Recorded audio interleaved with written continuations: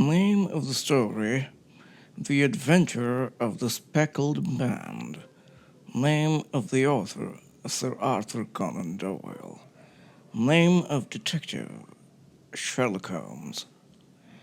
On glancing over my notes of the 70-odd cases in which I have, during the last 8 years, studied the methods of my friend Sherlock Holmes, I find many tragic, some comic, a large number merely strange, but none commonplace. For, working as he did, rather for the love of his art than for the acquirement of wealth, he refused to associate himself with any investigation which did not tend towards the unusual, and even the fantastic. Of all these varied cases, however, I cannot recall any which presented more singular features than that which was associated with the well-known Surrey family of the Roylotts of Stoke Moran. The events in question occurred in the early days of my association with Holmes, when we were sharing rooms as bachelors in Baker Street. It is possible that I might have placed them upon record before, but a promise of secrecy was made at the time, from which I have only been freed during the last month by the untimely death of the lady to whom the pledge was given. It is perhaps as well that the facts should now come to light, for I have reasons to know that there are widespread rumors as to the death of Dr. Grimesby Roylott, which tend to make the matter even more terrible than the truth. It was early in April in the year 83 that I woke one morning to find Sherlock Holmes standing, fully dressed, by the side of my bed. He was a late riser, as a rule, and as the clock on the mantelpiece showed me that it was only 7:15, I blinked up at him in some surprise, and perhaps just a little resentment, for I was myself regular in my habits. "Very sorry to knock you up, Watson," said he, "but it's the common lot this morning. Mrs. Hudson has been knocked up. She retorted upon me, and I on you." "What is it, then? A fire?" "No, a client. It seems that a young lady has arrived in a considerable state of excitement, who insists upon seeing me. She is waiting now in the sitting-room. Now, when young ladies wander about the metropolis at this hour of the morning and knock sleepy people up out of their beds, I presume that it is something very pressing which they have to communicate. Should it prove to be an interesting case, you would, I am sure, wish to follow it from the outset. I thought, at any rate, that I should call you and give you the chance." "My dear fellow, I would not miss it for anything." I had no keener pleasure than in following Holmes in his professional investigations, and in admiring the rapid deductions as swift as intuitions, and yet always founded on a logical basis with which he unraveled the problems which were submitted to him. I rapidly threw on my clothes and was ready in a few minutes to accompany my friend down to the sitting-room. A lady dressed in black and heavily veiled, who had been sitting in the window, rose as we entered. "Good morning, madam," said Holmes, cheerily. "My name is Sherlock Holmes. This is my intimate friend and associate, Dr. Watson, before whom you can speak as freely as before myself. Ha! I am glad to see that Mrs. Hudson has had the good sense to light up the fire. Pray draw up to it, and I shall order you a cup of hot coffee, for I observe that you are shivering." "It is not cold which makes me shiver," said the woman in a low voice, changing her seat as requested. "What, then?" "It is fear, Mr. Holmes. It is terror." She raised her veil as she spoke, and we could see that she was indeed in a pitiable state of agitation. her face all drawn and grey, with restless, frightened eyes, like those of some hunted animal. Her features and figure were those of a woman of 30, but her hair was shot with premature grey, and her expression was weary and haggard. Sherlock Holmes ran her over with one of his quick, all comprehensive glances. "You must not fear," said he soothingly, bending forward and patting her forearm. "We shall soon set matters right. I have no doubt you have come in by train this morning, I see." "You know me, then?" "No, but I observe the second half of a return ticket in the palm of your left glove. You must have started early, and yet you have had a good drive in a dog cart along heavy roads before you reached the station." The lady gave a violent start and stared in bewilderment at my companion. "There is no mystery, my dear madam," said he, smiling. "The left arm of your jacket is spattered with mud in no less than 7 places. The marks are perfectly fresh. There is no vehicle save a dog cart which throws up mud in that way, and then only when you sit on the left-hand side of the driver." "Whatever your reasons may be, you are perfectly correct," said she. "I started from home before 6, reached Leatherhead at 20 past, and came in by the first train to Waterloo, sir. I can stand this train no longer. I shall go mad if it continues.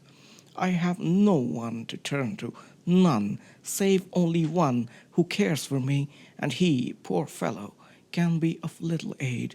I have heard of you, Mr. Holmes. I have heard of you from Mrs. Farintosh, whom you helped in the hour of her sore need.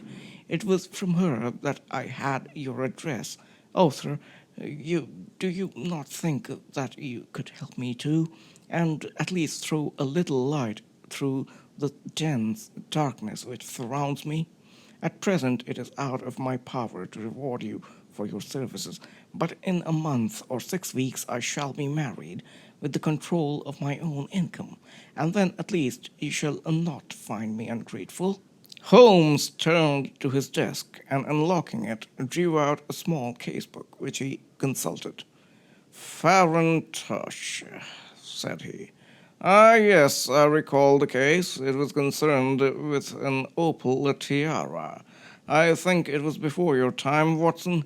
I can only say, madam, that I shall be happy to devote the same care to your case as I did to that of your friend.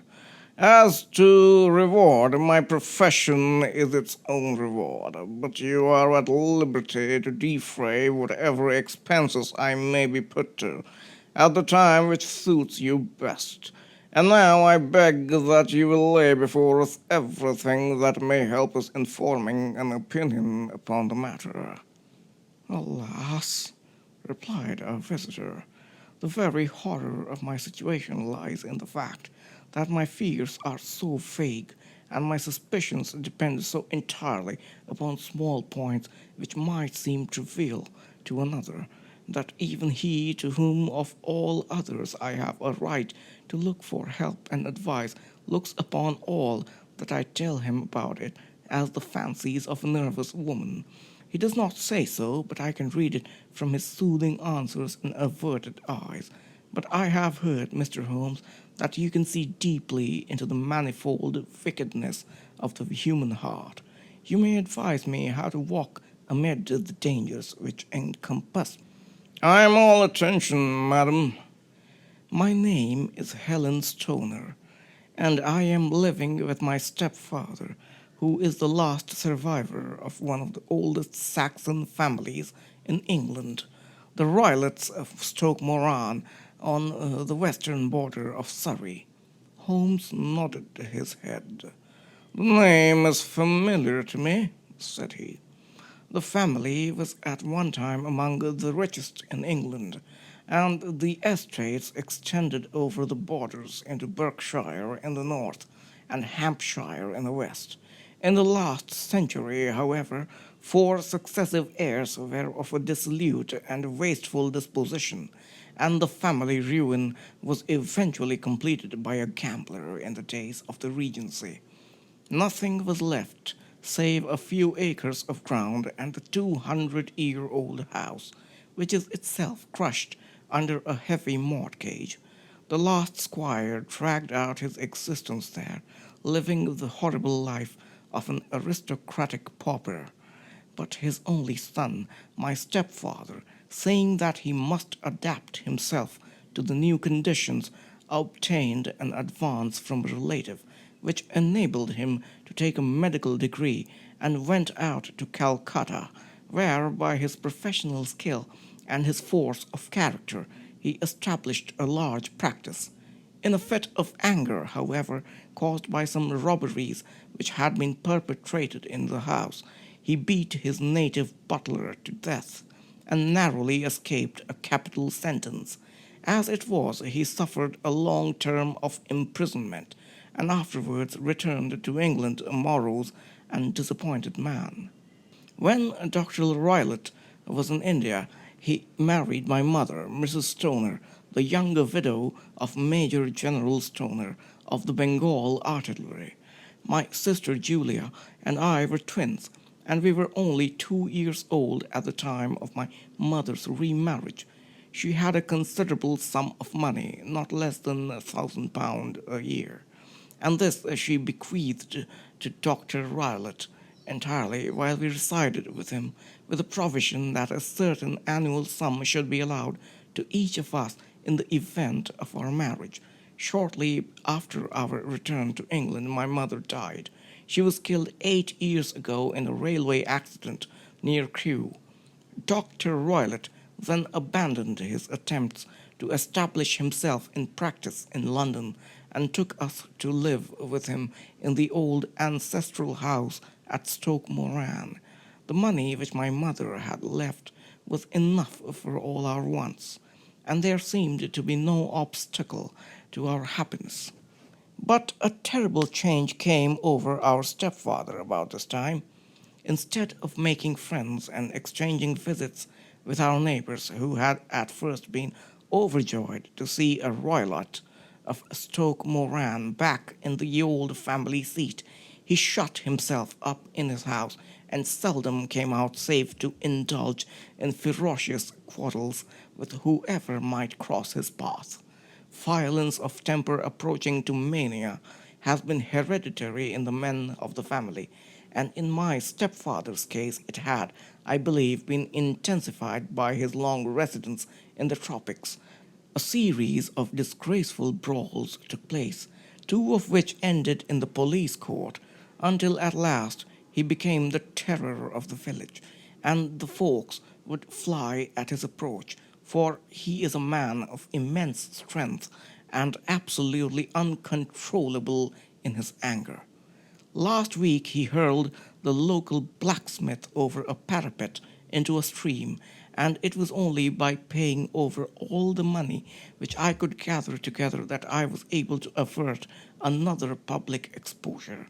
He had no friends at all, save the wandering gypsies, and he would give these vagabonds leave to encamp upon the few acres of bramble-covered land which represent the family estate, and would accept in return the hospitality of their tents, wandering away with them, sometimes for weeks on end.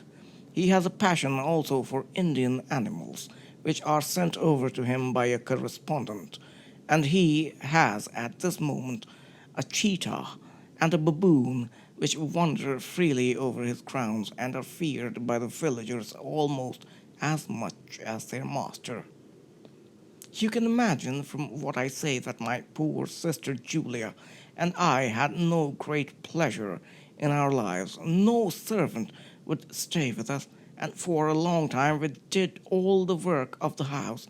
She was but 30 at the time of her death, and yet her hair had already begun to whiten, even as mine has. Your sister is dead, then? She died just 2 years ago, and it is of her death that I wish to speak to you. You can understand that living the life which I have described, we were little likely to see anyone of our own age and position. We had, however, an aunt, my mother's maiden sister, Miss Honoria Westphale, who lives near Harrow, and we were occasionally allowed to pay short visits at this lady's house. Julia went there at Christmas 2 years ago and met there a half-pay major of Marines to whom she became engaged. My stepfather learned of the engagement when my sister returned and offered no objection to the marriage, but within a fortnight of the day which had been fixed for the wedding, the terrible event occurred which has deprived me of my only companion.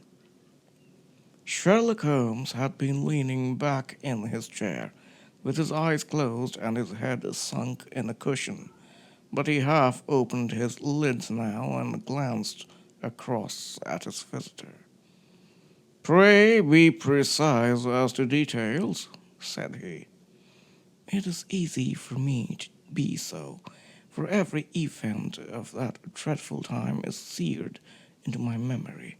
The manor house is, as I have already said, very old, and only one wing is now inhabited. The bedrooms in this wing are on the ground floor, the sitting rooms being in the central block of the buildings. Of these bedrooms, the first is Dr. Roylott's, the second my sister's, and the third my own. There is no communication between them, but they all open out into the same corridor. Do I make myself plain?" "Perfectly, sir." "The windows of the three rooms open out upon the lawn. That fatal night Dr. Roylott had gone to his room early, though we knew that he had not retired to rest, for my sister was troubled by the smell of the strong Indian cigars which it was his custom to smoke. She left her room, therefore, and came into mine, where she sat for some time, chatting about her approaching wedding. At 11 o'clock she rose to leave me, but she paused at the door and looked back. "Tell me, Helen," said she, "have you ever heard anyone whistle in the dead of the night?" "Never," said I. "I suppose that you could not possibly whistle yourself in your sleep?" "Certainly not. But why?" "Because during the last few nights I have always, about 3 in the morning, heard a low, clear whistle. I am a light sleeper, and it has awakened me. I cannot tell where it came from, perhaps from the next room, perhaps from the lawn. I thought that I would just ask you whether you had heard it." "No, I have not. It must be those wretched gypsies in the plantation." "Very likely. And yet, if it were on the lawn, I wonder that you did not hear it also." "Ah, but I sleep more heavily than you." "Well, it is of no great consequence, at any rate." She smiled back at me, closed my door, and a few moments later I heard her key turn in the lock. "Indeed," said Holmes. "Was it your custom always to lock yourselves in at night?" "Always." "And why?" "I think that I mentioned to you that the doctor kept a cheetah and a baboon. We had no feeling of security unless our doors were locked." "Quite so. Pray proceed with your statement." "I could not sleep that night. A vague feeling of impending misfortune impressed me. My sister and I, you will recollect, were twins, and you know how subtle are the links which bind two souls which are so closely allied. It was a wild night. The wind was howling outside, and the rain was beating and splashing against the windows. Suddenly, amid all the hubbub of the gale, there burst forth the wild scream of a terrified woman. I knew that it was my sister's voice. I sprang from my bed, wrapped a shawl round me, and rushed into the corridor. As I opened my door, I seemed to hear a low whistle, such as my sister described, and a few moments later, a clanging sound as if a mass of metal had fallen. As I ran down the passage, my sister's door was unlocked and revolved slowly upon its hinges. I stared at it horror stricken, not knowing what was about to issue from it. By the light of the corridor lamp, I saw my sister appear at the opening, her face blanched with terror, her hands groping for help, her whole figure swaying to and fro like that of a drunkard. I ran to her and threw my arms round her, but at that moment her knees seemed to give way and she fell to the ground. She writhed as one who is in terrible pain, and her limbs were dreadfully convulsed. At first I thought that she had not recognized me, but as I bent over, she suddenly shrieked out in a voice which I shall never forget. "Oh my God, Helen! It was the band, the speckled band!"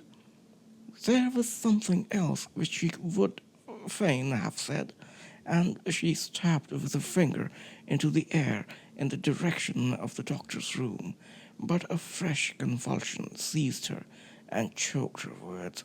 I rushed out, calling loudly for my stepfather, and I met him hastening from his room in his dressing gown.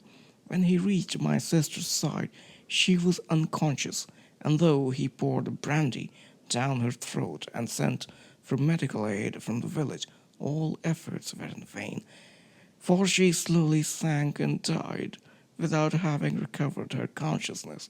Such was the dreadful end of my beloved sister. "One moment," said Holmes. "Are you sure about this whistle and metallic sound? Could you swear to it?" That was what the county coroner asked me at the inquiry. It is my strong impression that I heard it, and yet among the crash of the gale and the creaking of an old house, I may possibly have been deceived. "Was your sister dressed?" "No, she was in her night-dress. In her right hand was found the charred stump of a match, and in her left a matchbox." "Showing that she had struck a light and looked about her when the alarm took place. That is important. And what conclusions did the coroner come to?" "He investigated the case with great care, for Dr. Roylett's conduct had long been notorious in the county, but he was unable to find any satisfactory cause of death. My evidence showed that the door had been fastened upon the inner side, and the windows were blocked by old-fashioned shutters with broad iron bars, which were secured every night. The walls were carefully sounded and were shown to be quite solid all round, and the flooring was also thoroughly examined, with the same result.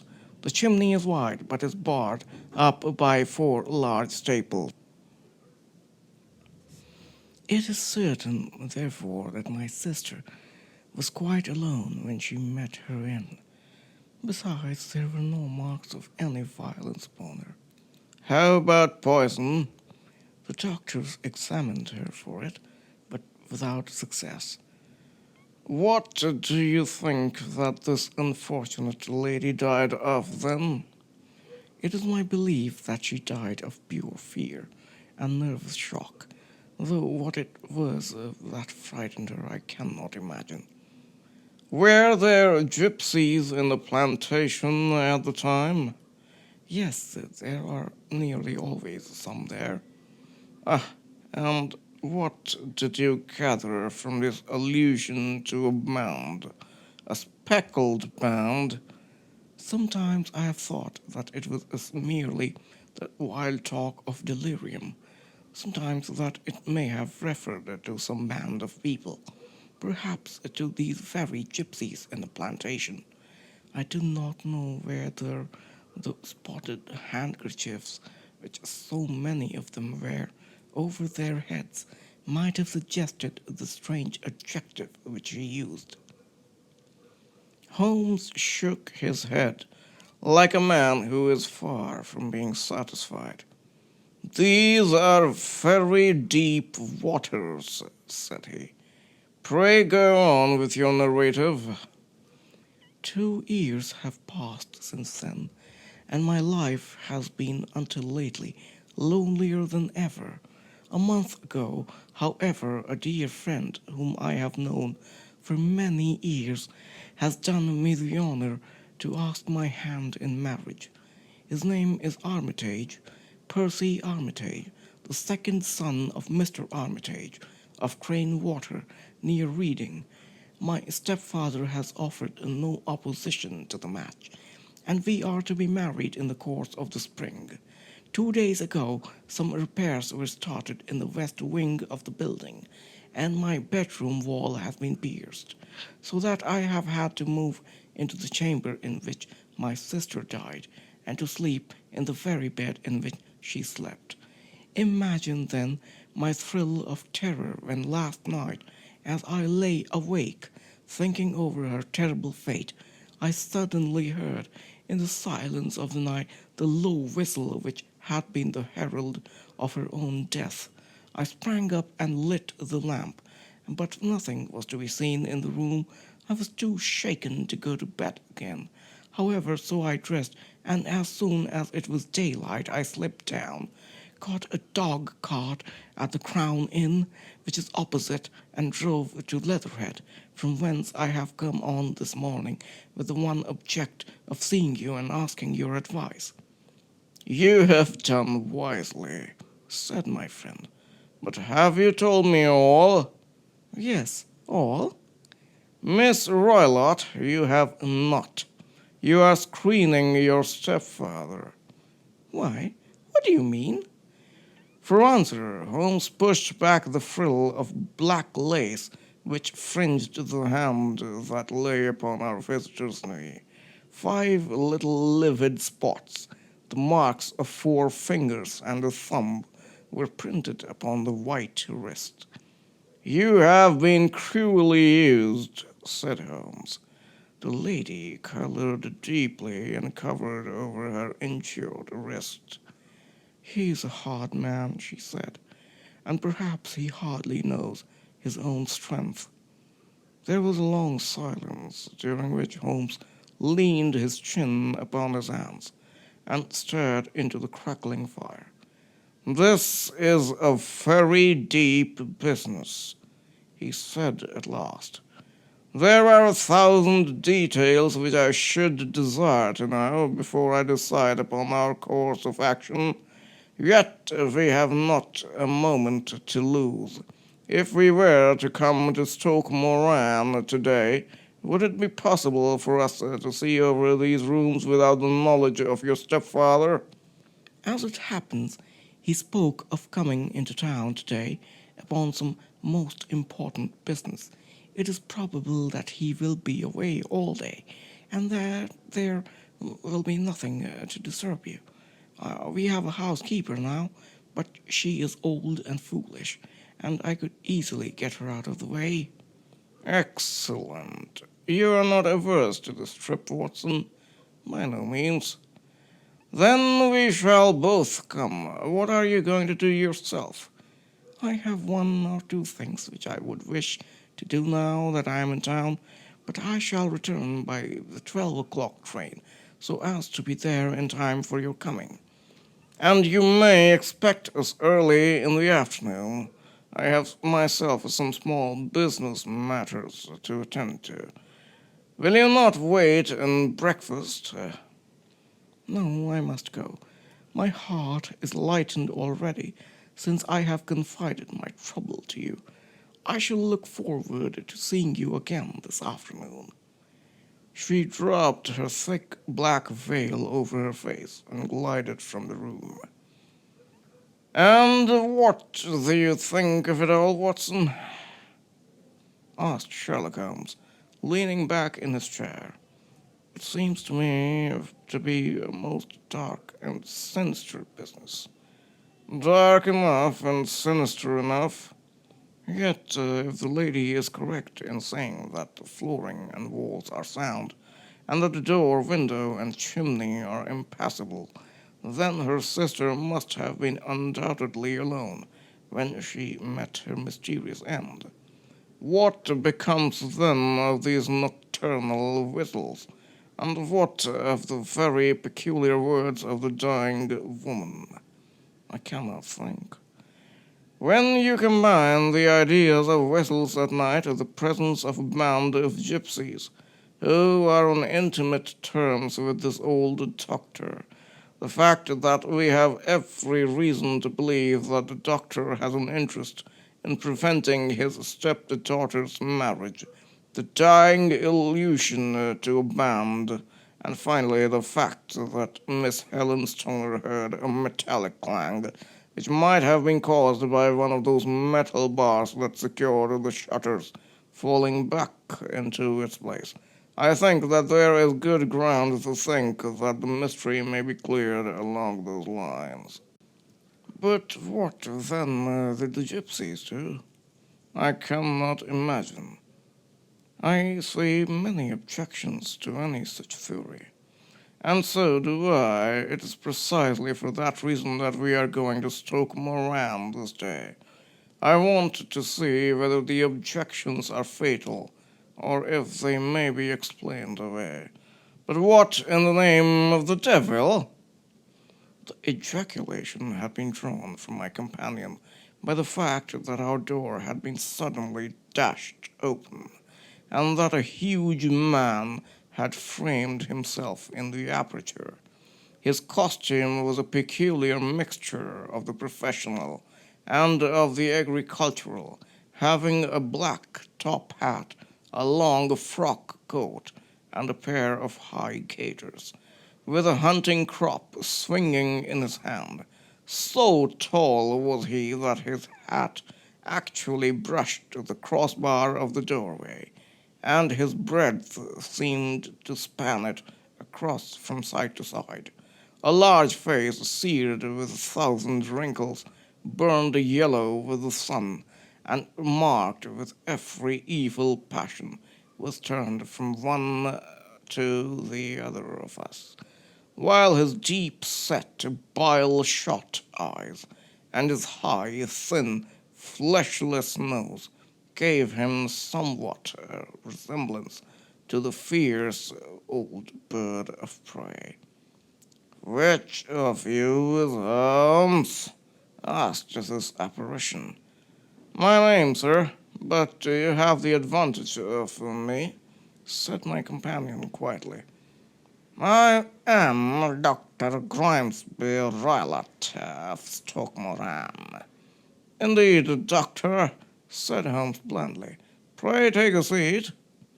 "I will do nothing of the kind. My stepdaughter has been here. I have traced her. What has she been saying to you?" "It is a little cold for the time of the year," said Holmes.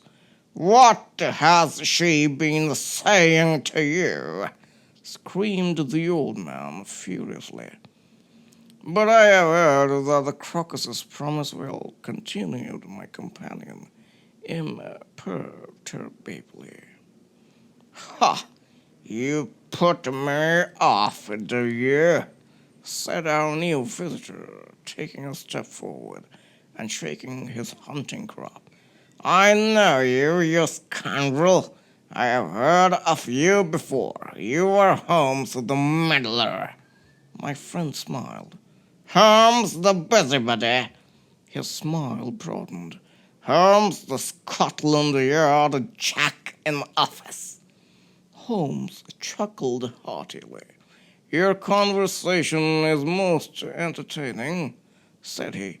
"When you go out, close the door, for there is a decided draught." "I will go when I have said my say. Don't you dare to meddle with my affairs. I know that Miss Stoner has been here. I traced her. I'm a dangerous man to fall foul of. See here." He stepped swiftly forward, seized the poker, and bent it into a curve with his huge brown hands.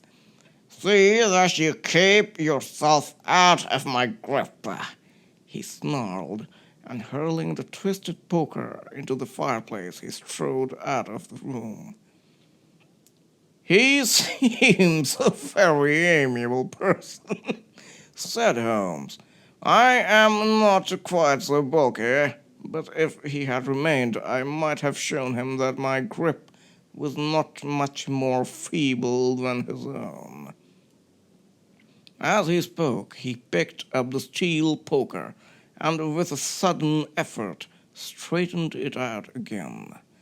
Fancy his having the insolence to confound me with the official detective force. This incident gives zest to our investigation, however, and I only trust that our little friend will not suffer from her imprudence in allowing this brute to trace her. And now, Watson, we shall order breakfast, and afterwards I shall walk down to Doctor's Commons, where I hope to get some data which may help us in this matter. It was nearly 1 o'clock when Sherlock Holmes returned from his excursion. He held in his hand a sheet of blue paper, scrawled over with notes and figures. "I have seen the will of the deceased wife," said he. "To determine its exact meaning, I have been obliged to work out the present prices of the investments with which it is concerned. The total income, which at the time of the wife's death was little short of £1,100, is now, through the fall in agricultural prices, not more than £750.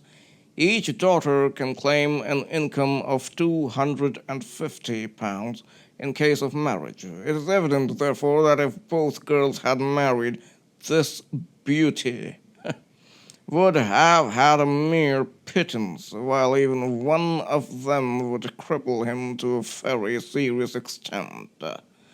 My morning's work has not been wasted, since it has proved that he has the very strongest motives for standing in the way of anything of the sort. And now, Watson, this is too serious for dawdling, especially as the old man is aware that we are interesting ourselves in his affairs. So, if you are ready, we shall call a cab and drive to Waterloo. I should be very much obliged if you would slip your revolver into your pocket. And Ailey's number 2 is an excellent argument with gentlemen who can twist steel pokers into knots. That and a toothbrush are, I think, all that we need."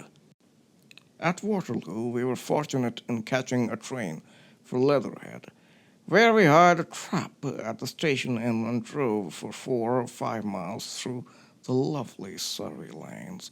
It was a perfect day, with a bright sun and a few fleecy clouds in the heavens.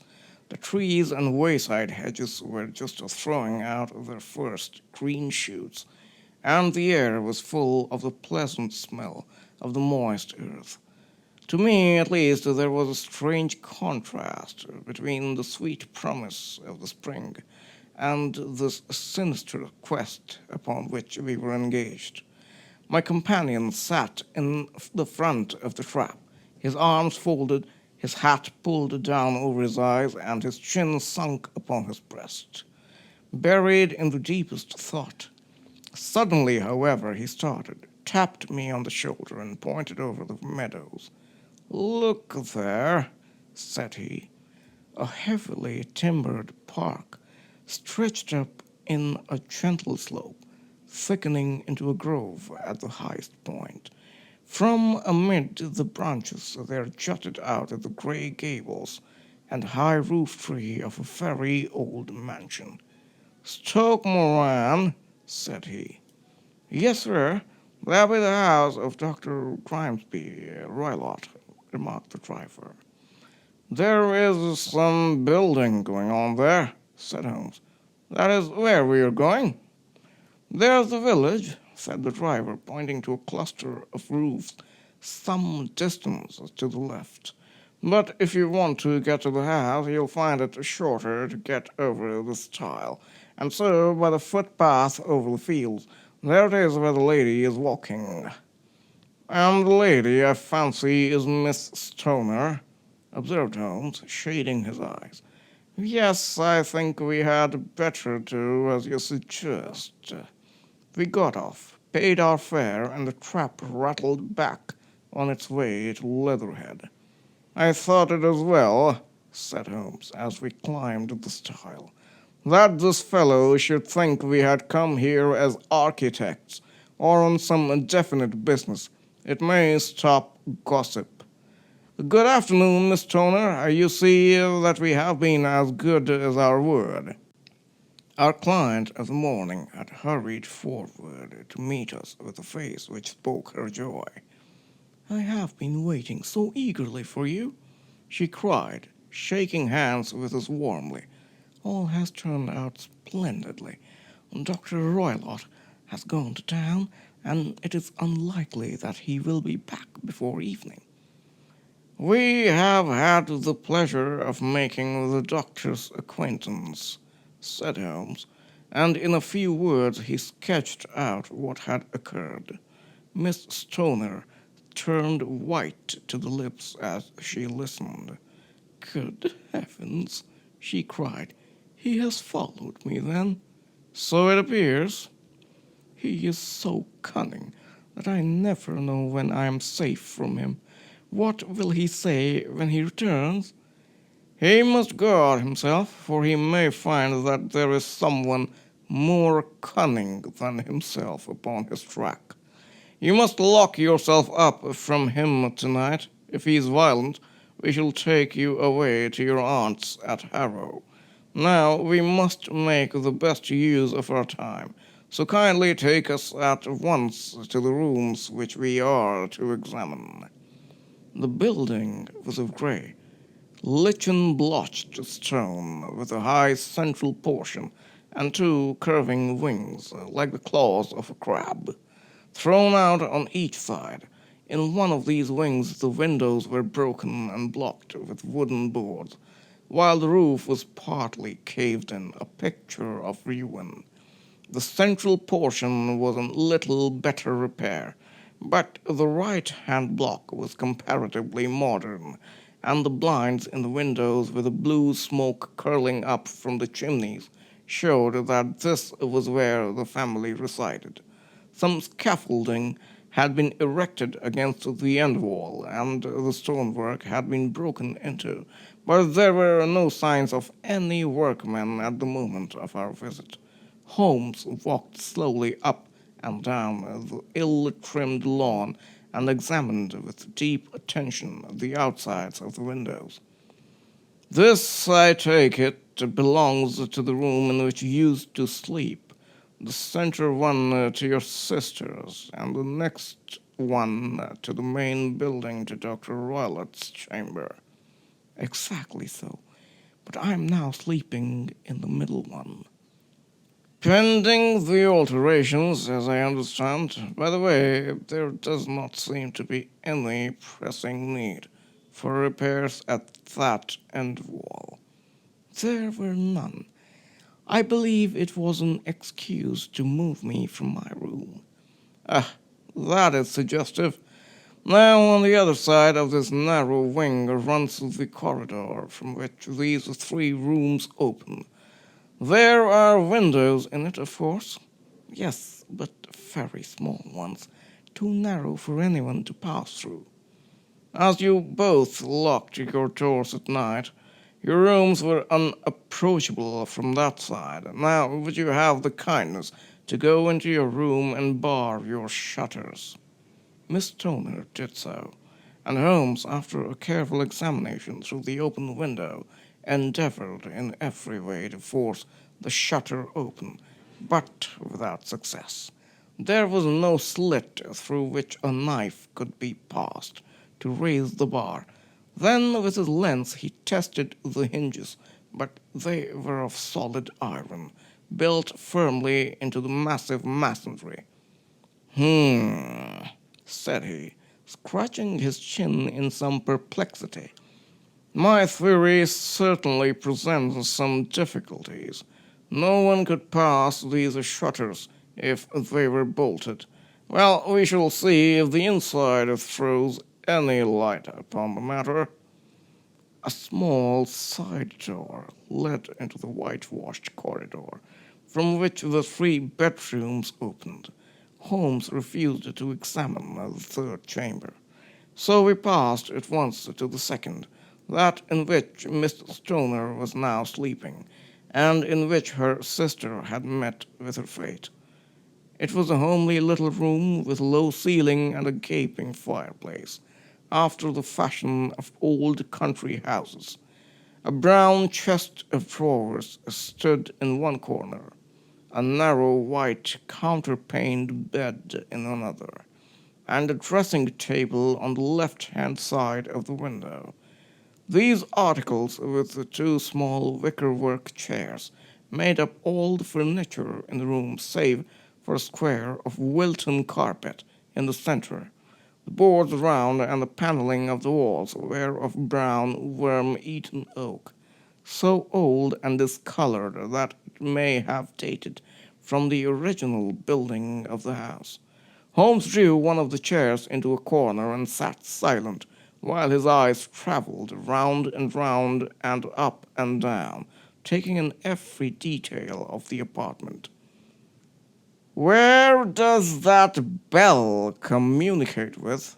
he asked at last, pointing to a thick bell rope which hung down beside the bed, the tassel actually lying upon the pillow. "It goes to the housekeeper's room." "It looks nearer than the other things." "Yes, it was only put there a couple of years ago." "Your sister asked for it, I suppose?" "No, I never heard of her using it. We always used to get what we wanted for ourselves." "Indeed, it seemed unnecessary to put so nice a bell pull there. You will excuse me for a few minutes while I satisfy myself as to this floor." He threw himself down upon his face with his lens in his hand and crawled swiftly backward and forward, examining minutely the cracks between the boards. Then he did the same with the woodwork with which the chamber was panelled. Finally, he walked over to the bed and spent some time in staring at it, and in running his eye up and down the wall. Finally, he took the bell rope in his hand and gave it a brisk tug. "Why, it's a dummy," said he. "Won't it ring?" "No, it is not even attached to a wire. This is very interesting. You can see now that it is fastened to a hook just above where the little opening for the ventilator is." "How very absurd. I never noticed that before." "Very strange," muttered Holmes, pulling at the rope. "There are one or two very singular points about the room. For example, what a fool a builder must be to open a ventilator into another room when, with the same trouble, he might have communicated with the outside air." "That is also quite modern," said the lady. "Done about the same time as the bell rope?" remarked Holmes. "Yes, there were several little changes carried out about that time." "They seem to have been of a most interesting character, dummy bell ropes, and ventilators which do not ventilate. With your permission, Miss Stoner, we shall now carry our researches into the inner apartment." Dr. Grimesby Roylott's chamber was larger than that of his stepdaughter, but was as plainly furnished. A camp bed, a small wooden shelf, full of books, mostly of technical character, and armchair beside the bed, a plain wooden chair against the wall, a round table, and a large iron safe were the principal things which met the eye. Holmes walked slowly round, and examined each and all of them with the keenest interest. "What's in here?" he asked, tapping the safe. My stepfather's business papers. "Oh, you have seen inside then?" Only once. Some years ago. I remember that it was full of papers. "There isn't a cat in it, for example." No? What a strange idea. "Well, look at this." He took up a small saucer of milk which stood on the top of it. No, we don't keep a cat, but there is a cheetah and a baboon. Ah, yes, of course. Well, a cheetah is just a big cat, and yet a saucer of milk does not go very far in satisfying its wants, I dare say. There is one point which I should wish to determine. He squatted down in front of the wooden chair and examined the seat of it with the greatest attention. "Thank you, that is quite settled," said he, rising and putting his lens in his pocket. "Hello, here is something interesting." The object which had caught his eye was a small dog lash hung on one corner of the bed. The lash, however, was curled upon itself and tied so as to make a loop of whipcord. "What do you make of that, Watson?" It's a common enough lash, but I don't know why it should be tied." "That is not quite so common, is it?" "Ah, me, it's a wicked world, and when a clever man turns his brains to crime, it is the worst of all. I think that I have seen enough now, Miss Toner, and with your permission we shall walk out upon the lawn." I had never seen my friend's face so grim, or his brow so dark as it was when we turned from the scene of this investigation. We had walked several times up and down the lawn, neither Miss Toner nor myself liking to break in upon his thoughts before he roused himself from his reverie. "It is very essential, Miss Toner," said he, "that you should absolutely follow my advice in every respect." "I shall most certainly do so." "The matter is too serious for any hesitation. Your life may depend upon your compliance." "Assure you that I'm in your hands." "In the first place, both my friend and I must spend the night in your room." Both Miss Toner and I gazed at him in astonishment. "Yes, it must be so. Let me explain. I believe that this is the village inn over there?" "Yes, that is the Crown." "Very good. Your windows would be visible from there?" "Certainly." "You must confine yourself to your room on pretense of a headache when your stepfather comes back. Then, when you hear him retire for the night, you must open the shutters of your window, undo the hasp, put your lamp there as a signal to us, and then withdraw quietly, with everything which you are likely to want into the room which you used to occupy. I have no doubt that, in spite of the repairs, you could manage there for one night." "Oh, yes, easily." "The rest you will leave in our hands." "But what will you do?" "We shall spend the night in your room, and we shall investigate the cause of this noise which has disturbed you." "I believe, Mr. Holmes, that you have already made up your mind," said Miss Toner, laying her hand upon my companion's sleeve. "Perhaps I have." "Then, for pity's sake, tell me what was the cause of my sister's death." "I should prefer to have clearer proofs before I speak." "You can at least tell me whether my own thought is correct, and if she died from some sudden fright." "No, I do not think so. I think that there was probably some more tangible cause, And now, Miss Turner, we must leave you, for if Dr. Rylott returned and saw us, our journey would be in vain. Goodbye, and be brave, for if you will do what I have told you, you may rest assured that we shall soon drive away the dangers that threaten you. Sherlock Holmes and I had no difficulty in engaging a bedroom and sitting room at the Crown Inn. They were on the upper floor, and from our window we could command a view of the avenue gate and of the inhabited wing of Stoke Moran Manor House. At dusk we saw Dr. Grimesby Roylott drive past, his huge form looming up beside the little figure of the lad who drove him. The boy had some slight difficulty in undoing the heavy iron gates, and we heard the hoarse roar of the doctor's voice and saw the fury with which he shook his clenched fists at him. The trap drove on, and a few minutes later we saw a sudden light spring up among the trees as the lamp was lit in one of the sitting rooms. "Do you know, Watson," said Holmes, as we sat together in the gathering darkness, "I have really some scruples as to taking you tonight. There is a distinct element of danger. Can I be of assistance? Your presence might be invaluable.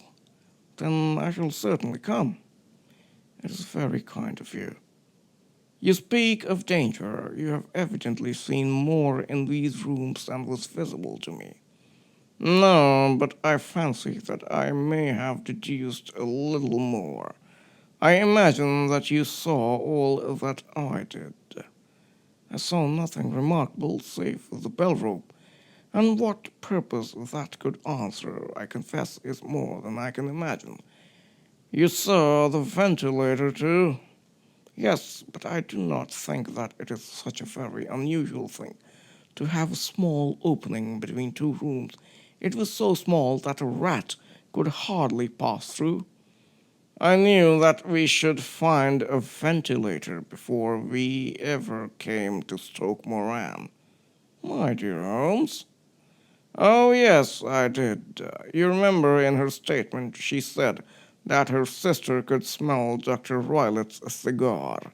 Now, of course, that suggested at once that there must be a communication between the two rooms. It could only be a small one, or it would have been remarked upon at the coroner's inquiry. I deduced a ventilator. But what harm can there be in that? Well, there is at least a curious coincidence of dates. A ventilator is made, a cord is hung, and a lady who sleeps in the bed dies. Does not that strike you? I cannot as yet see any connection.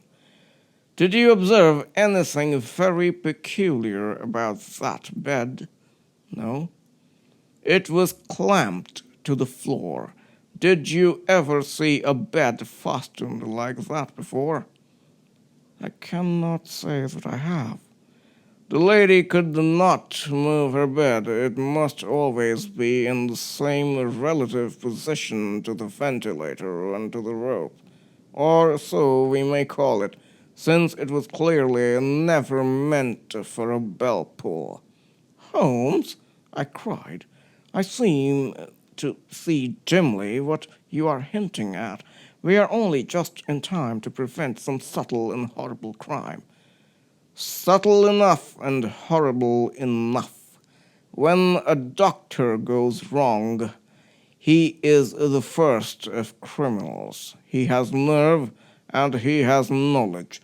Palmer and Pritchard were among the heads of their profession. This man strikes even deeper, but I think, Watson, that we shall be able to strike deeper still. But we shall have horrors enough before the night is over. For goodness sake, let us have a quiet pipe and turn our minds for a few hours to something more cheerful. About 9 o'clock, the light among the trees was extinguished, and all was dark in the direction of the manor house. 2 hours passed slowly away, and then suddenly, just at the stroke of 11, a single bright light shone out right in front of us. "That is our signal," said Holmes, springing to his feet. "It comes from the middle window." As we passed out, he exchanged a few words with the landlord, explaining that we were going on a late visit to an acquaintance, and that it was possible that we might spend the night there. A moment later, we were out in the dark road, a chill wind blowing in our faces, and one yellow light twinkling in front of us through the gloom to guide us on our somber errand. There was little difficulty in entering the grounds, for unrepaired breaches gaped in the old park wall. Making our way among the trees, we reached the lawn, crossed it, and were about to enter through the window when out from a clump of laurel bushes there darted what seemed to be a hideous and distorted child, who threw itself upon the grass with writhing limbs and then ran swiftly across the lawn into the darkness. "My God," I whispered, "did you see it?" Holmes was for the moment as startled as I. His hand closed like a vice upon my wrist in his agitation. Then he broke into a low laugh and put his lips to my ear. "It is a nice household," he murmured. "That is the baboon." I had forgotten the strange pets which the doctor affected. There was a cheetah, too, perhaps. We might find it upon our shoulders at any moment. I confess that I felt easier in my mind when, after following Holmes' example and slipping off my shoes, I found myself inside the bedroom. My companion noiselessly closed the shutters, moved the lamp onto the table, and cast his eyes round the room. All was as we had seen it in the daytime. Then, creeping up to me and making a trumpet of his hand, he whispered into my ear again, so gently that it was all that I could do to distinguish the words. "The least sound would be fatal to our plans." I nodded to show that I had heard. "We must sit without light. He would see it through the ventilator." I nodded again. "Do not go asleep. Your very life may depend upon it. Have your pistol ready in case we should need it. I will sit on the side of the bed, and you in that chair." I took out my revolver and laid it on the corner of the table. Holmes had brought up a long, thin cane, and this he placed upon the bed beside him. By it he laid the box of matches and the stump of candle. Then he turned down the lamp, and we were left in darkness. How shall I ever forget that dreadful vigil? I could not hear a sound, not even the drawing of a breath. And yet I knew that my companion sat open-eyed within a few feet of me, in the same state of nervous tension in which I was myself. The shutters cut off the least ray of light, and we waited in absolute darkness. From outside came the occasional cry of a night bird, and once at our very window a long-drawn cat-like whine, which told us that the cheetah was indeed at liberty. Far away we could hear the deep tones of the parish clock, which boomed out every quarter of an hour. How long they seemed, those quarters! 12 struck, and 1, and 2, and 3, and still we sat waiting silently for whatever might befall. Suddenly there was the momentary gleam of light up in the direction of the ventilator, which vanished immediately, but was succeeded by a strong smell of burning oil and heated metal. Someone in the next room had lit a dark lantern. I heard a gentle sound of movement, and then all was silent once more, though the smell grew stronger. For half an hour I sat with straining ears. Then suddenly another sound became audible, a very gentle, soothing sound, like that of a small jet of steam escaping continually from a kettle. The instant that we heard it, Holmes sprang from the bed, struck a match, and lashed furiously with his cane at the bell pull. "You see it, Watson!" he yelled. "You see it!"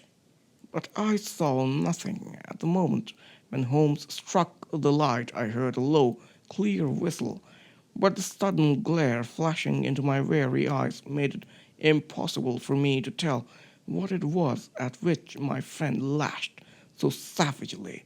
I could, however, see that his face was deadly pale and filled with horror and loathing.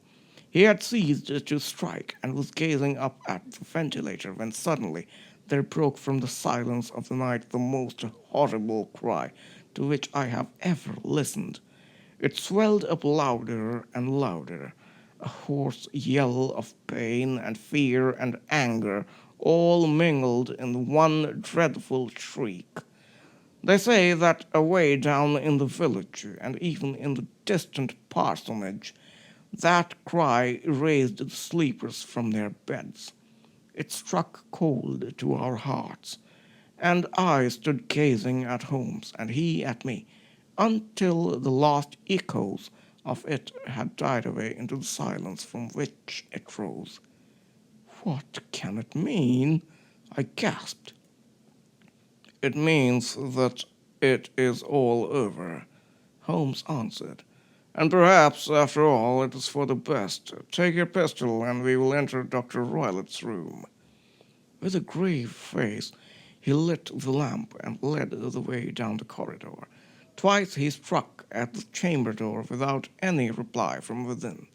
Then he turned the handle and entered, I at his heels, with the cocked pistol in my hand. It was a singular sight which met our eyes. On the table stood a dark lantern with the shutter half open, throwing a brilliant beam of light upon the iron safe, the door of which was ajar. Beside this table, on the wooden chair, sat Dr. Grimesby Roylott, clad in a long grey dressing-gown, his bare ankles protruding beneath and his feet thrust into red, heel-less Turkish slippers. Across his lap lay the short stock with the long lash which we had noticed during the day. His chin was cocked upward, and his eyes were fixed in a dreadful, rigid stare at the corner of the ceiling. Round his brow he had a peculiar yellow band with brownish speckles, which seemed to be bound tightly round his head. As we entered, he made neither sound nor motion. "The band, the speckled band," whispered Holmes. I took a step forward. In an instant his strange headgear began to move, and there reared itself from among his hair the squat, diamond-shaped head and puffed neck of a loathsome serpent. "It is a swamp adder," cried Holmes, "the deadliest snake in India. He has died within 10 seconds of being bitten. Violence does, in truth, recoil upon the violent, and the schemer falls into the pit which he digs for another. Let us thrust this creature back into its den, and we can then remove Miss Stoner to some place of shelter, and let the county police know what has happened."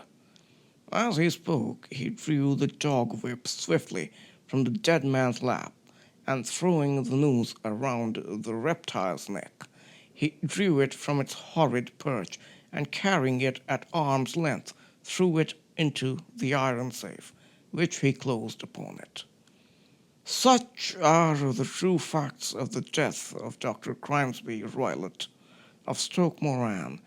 It is not necessary that I should prolong a narrative which has already run to too great a length by telling how we broke the sad news to the terrified girl, how we conveyed her by the morning train to the care of her good aunt at Harrow, of how the slow process of official enquiry came to the conclusion that the doctor met his fate while indiscreetly playing with a dangerous pet.